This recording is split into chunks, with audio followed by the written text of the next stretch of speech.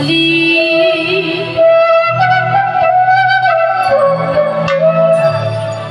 ও প্রাণ বন্ধুরা তুই কি করলি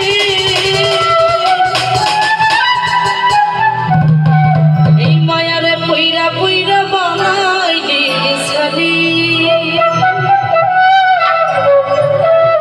সারা জীবন পাশে থাকলেও কেউ কারো আপন হয় না, সেখান থেকে বলছে